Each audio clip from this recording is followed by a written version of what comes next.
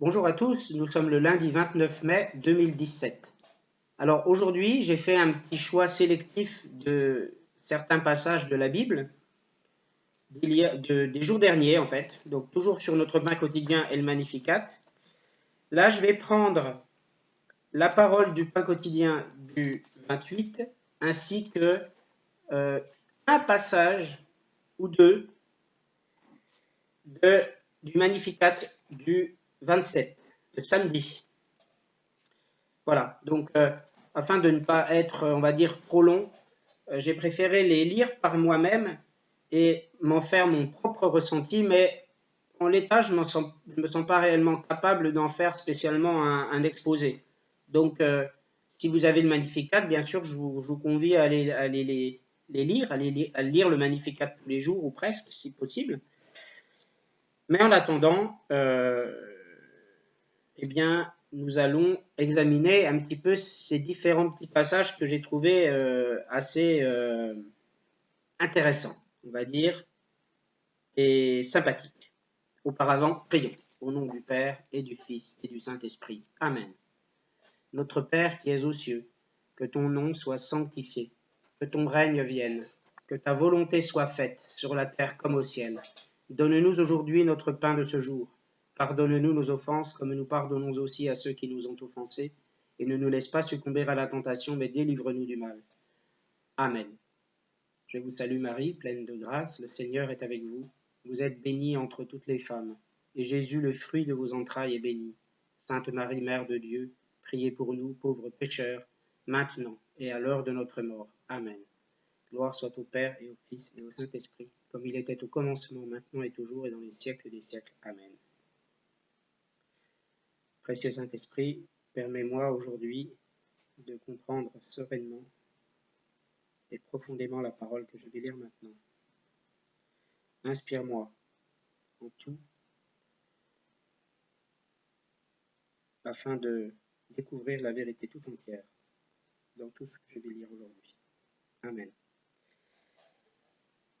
Voilà, donc j'ai fait on va dire, un grand exposé la dernière fois sur, on va dire, le thème un petit peu du bonheur que l'on peut trouver sur Terre, en essayant d'évoquer le bonheur à raison du matériel, à raison de l'intellectuel, du moral et à raison du spirituel, tel que je l'entrevois à travers ma foi, à travers ma propre réflexion, à travers, je dirais, mes propres convictions finalement, et dont je pense bien sûr qu'elles ne sont pas très éloignées de la réalité, pas de la réalité que l'on vit au jour le jour, mais tout au moins d'une réalité, quand on y réfléchit, qui est parfaitement pertinente et qui devrait, à mon sens, primer avant tout sur nos choix. Voilà. Alors, voilà. Aujourd'hui, voici la parole donc du pain quotidien, notre pain quotidien du 28 mai, du dimanche, d'hier en fait. Qu'est-ce qui est plus grand que Dieu et plus mauvais que le diable? Le pauvre là, le riche en a besoin. Si on le mange, on mourra. Alors, c'est une énigme qui a été créée par les hommes. Et on va voir qu'elle peut être un petit peu en parallèle avec une énigme qui a été écrite dans la Bible. Quelle est la réponse à cette énigme? Qu'est-ce qui est plus grand que Dieu, plus mauvais que le diable? Le pauvre là, le riche en a besoin. Si on le mange, on mourra. Eh bien, effectivement, moi, si j'avais pas lu ce texte, je pense que j'aurais mis du temps quand même à trouver la réponse. Peut-être même que je ne l'aurais pas trouvée. La réponse, c'est rien. Qu'est-ce qui est plus grand que Dieu? Rien. Qu'est-ce qui est plus mauvais que le diable? Rien. Le pauvre n'a rien. Le riche n'a besoin de rien. Et si on mange rien, on mourra. si on ne mange rien, on mourra. Alors, on va voir, pour créer ce parallèle, Proverbe 30, versets 1 à 4. Parole d'Agur, fils de Jaquet, message prononcé par cet homme pour Ithiel et pour Ucal. Certes, je suis idiot plus que tout autre, et je n'ai pas l'intelligence d'un homme. Je n'ai pas appris la sagesse, et je n'ai pas la connaissance du saint. Qui est monté au ciel, et qui en est descendu? Qui a rassemblé le vent dans le creux de ses mains? Qui a serré l'eau dans son manteau? Qui a fixé les limites de la terre? Quel est son nom, et quel est le nom de son fils? Le sais-tu? C'est pas mal comme parole, ça, quand même. Parce qu'il faut rappeler quand même que Proverbe, c'est dans l'Ancien Testament. Ça a été écrit avant la naissance de Jésus. Et bien sûr, la réponse, c'est Jésus-Christ, le Seigneur, qui est monté au ciel et qui en est descendu, qui a rassemblé le vent dans le creux de ses mains, qui a serré l'eau dans son manteau, qui a fixé les limites de la terre. Quel est son nom et quel est le nom de son fils? Le sais-tu?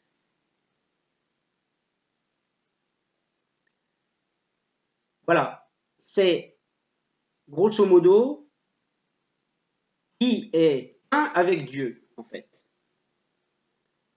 Parce que, bien sûr, qui est monté au ciel et qui en est descendu, mais le Christ, bien évidemment, est monté au ciel. Il doit en redescendre bientôt aussi. Qui a fixé les limites de la terre?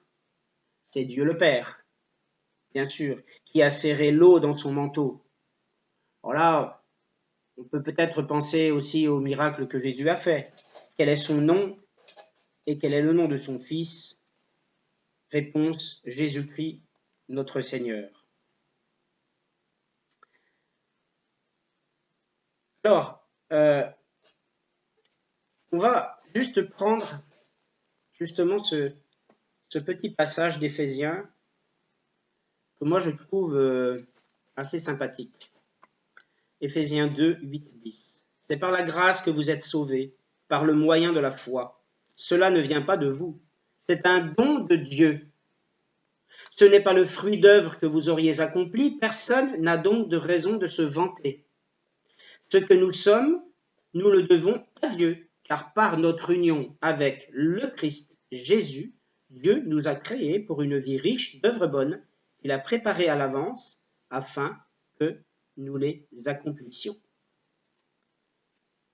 Alors, grosso modo, ce message, qu'est-ce qu'il dit? Il dit que notre salut dépend, bien sûr, entièrement du Christ maintenant. Voyons ce que dit Romains 8, 24 de la grâce. Parce que qu'est-ce que c'est la grâce? Pour Romains 8, 24, la grâce par laquelle, bien sûr, les pécheurs sont déclarés justes, c'est un don que Dieu leur fait par le moyen de la délivrance apportée par Jésus-Christ. Donc par la délivrance, par la grâce de Jésus, le pécheur est délivré de ses péchés. C'est quand même beau ça. Et retenons aussi que la foi, effectivement, est un don. La foi est un don de Dieu. On le constate là. On le constate. Et la petite parole que j'aime bien aussi se trouve en 1 Corinthiens 15. Eh bien, lorsque Paul dit aux Corinthiens, « Je vous ai transmis ceci que j'ai moi-même reçu, le Christ est mort pour nos péchés conformément aux Écritures et il fut mis au tombeau. Il est ressuscité le troisième jour conformément aux Écritures, il est apparu à Pierre puis aux 12. Et en tout dernier lieu, il est même apparu à l'avorton que je suis. » C'est-à-dire que Jésus est apparu à Paul sur le chemin de Damas. Il allait tranquillement embêter les chrétiens. Et puis, Jésus lui est apparu. Alors pourquoi, lui qui faisait vraiment beaucoup de mal, pourquoi ne pourrait-il pas encore, Jésus, puisqu'il est monté au ciel, par sa résurrection, pourquoi ne pourrait-il pas nous apparaître à nous-mêmes, encore aujourd'hui, à notre époque, puisqu'il sera là pour toujours, jusqu'à la fin du monde. Il sera avec nous jusqu'à la fin du monde. Et toute cette parole, je trouve, est réellement importante. Dans Jean 16, il est dit, Jésus disait à ses disciples, « Amen, Amen, je vous le dis, ce que vous demanderez au Père en mon nom, il vous le donnera. Jusqu'à présent, vous n'avez rien demandé en mon nom. Demandez et vous recevrez, ainsi votre joie sera parfaite. En disant cela, je vous ai parlé en images. L'heure vient où je vous parlerai sans images. Et je vous annoncerai ouvertement ce qui concerne le Père. Ce jour-là, vous demanderez en mon nom. Or, je ne vous dis pas que moi, je prierai le Père pour vous, car le Père lui-même vous aime. Parce que vous m'avez aimé et vous avez cru que c'est de Dieu que je suis sorti. Je suis sorti du Père et je suis venu dans le monde. Maintenant, je quitte le monde et je pars vers le Père. Et là aussi, c'est intéressant parce que on a dans Jean une preuve que Jésus, c'est bien le Fils unique de Dieu qui est sorti du Père. On l'a. On l'a. Et Jésus dit bien, je suis venu dans le monde. Je quitte le monde et je pars vers le Père. Tout cela, c'est aussi important. Pourquoi? Parce que cela nous fait comprendre que Jésus a quitté le monde, mais il est toujours avec nous, car il est parti vers le Père. Alors, pour ceux qui douteraient encore vraiment que Jésus est Dieu, que Dieu est Jésus, et que Jésus est Dieu, forcément, on va dire plutôt que Jésus est Dieu, parce qu'il est le Fils unique de Dieu, il a envoyé sur la terre. Je pense que Jésus ne peut pas être coupé en deux parties. Sa partie humaine, d'une part, et sa partie divine, d'autre part. Dire, lorsque une mère met au monde un enfant, elle le met au monde avec sa partie corporelle, avec sa partie spirituelle et aussi forcément avec sa partie divine. L'être humain n'est pas découpé en morceaux. Donc, il n'y a bien qu'à la mort, finalement. Alors, avant la naissance, pour autant qu'on croit à la réincarnation, ou alors, quand on se dit qu'effectivement, l'âme, elle vient dans l'être à la conception. Si l'âme s'incarne dans l'être à la conception, la mère met au monde un enfant qui est plein et entier, un enfant qui n'est pas sans âme, forcément, un enfant qui est avec une âme, avec un esprit spirituel aussi, bien sûr, qui est voué à se réveiller sur la terre, qui est voué à rencontrer la lumière. Eh bien, pour Jésus, c'est la même chose, bien sûr. Il a fallu que, pour racheter le péché des hommes, Dieu s'incarne en Jésus, grâce au processus que l'on connaît dans toute la Bible. Donc, notamment dans le Nouveau Testament, mais certains épisodes aussi sont quand même, on va dire, prophétisés dans l'Ancien. Donc, voilà. Je pense que c'est ce petit message-là que je voulais faire passer aujourd'hui. J'avais aussi le passage suivant qui indique avec un petit peu plus de détails que réellement Jésus est Dieu. En ce temps-là, Jésus leva les yeux au ciel et dit : « Père, l'heure est venue, glorifie ton Fils, afin que le Fils te glorifie. Ainsi, comme tu lui as donné pouvoir sur tout être de chair, il donnera la vie éternelle à tous ceux que tu lui as donnés. Or, la vie éternelle, c'est qu'ils te connaissent, toi, le seul vrai Dieu, et celui que tu as envoyé, Jésus-Christ. Moi, je t'ai glorifié sur la terre en accomplissant l'œuvre que tu m'avais donnée à faire. Et maintenant, glorifie-moi auprès de toi, Père, de la gloire que j'avais auprès de toi avant que le monde existe. Fais manifester ton nom aux hommes que tu as pris dans le monde pour me les donner. Ils étaient à toi, tu me les as donnés, et ils ont gardé ta parole. Maintenant, ils ont reconnu que tout ce que tu m'as donné vient de toi, car je leur ai donné les paroles que tu m'avais données. Ils les ont reçues et ils ont vraiment reconnu que je suis sorti de toi, et ils ont cru que tu m'as envoyé. Moi, je prie pour eux. Ce n'est pas pour le monde que je prie, mais pour ceux que tu m'as donnés, car ils sont à toi. Tout ce qui est à moi est à toi, et tout ce qui est à toi est à moi, et je suis glorifié en eux. Désormais, je ne suis plus dans le monde, eux ils sont dans le monde, et moi je viens vers toi. Donc encore un passage, on se demande comment un être humain a pu écrire cela sans être inspiré, quoi. Encore un passage qui montre réellement, voilà, eh bien la force finalement de tout cela, la force de l'amour de Dieu à travers Jésus-Christ. Voilà, donc je vais m'arrêter pour aujourd'hui. J'avais repéré un petit passage tout à l'heure relativement intéressant, j'y reviendrai parce que j'arrive plus du tout à le retrouver, sur un petit peu, en fait, le résumé dans la Bible. Il y a un passage qui résume vraiment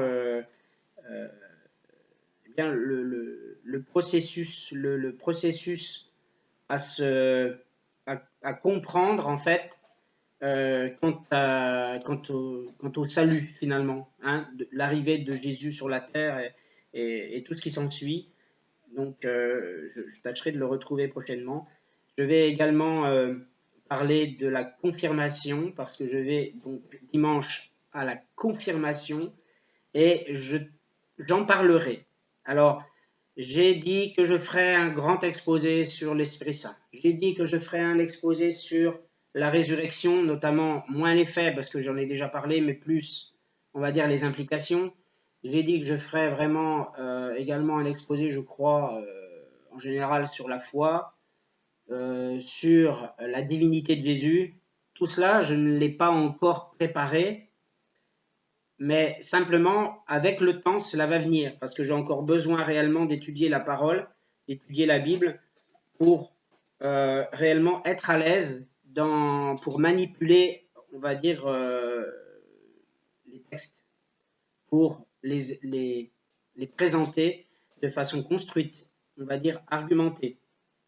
Donc, j'ai simplement besoin de temps. Par contre, pour la confirmation, je pense que je pourrais faire ça assez rapidement parce que finalement, sans entrer dans les détails voilà, dans les détails du pourquoi, du comment, mais quand même en essayant bien sûr de dire ce qu'il en est, parce que la confirmation, c'est plus que le baptême, et la confirmation, même si elle n'est pas vraiment employée avec ce terme-là dans la Bible, eh bien, elle existe. Elle existe dans la Bible, et donc j'en ferai un petit point, je pense, avant dimanche, jour de ma confirmation, et le jour d'ailleurs, en l'occurrence, de la Pentecôte. Alléluia, gloire à Dieu. Merci à tous. Prenez soin de vous.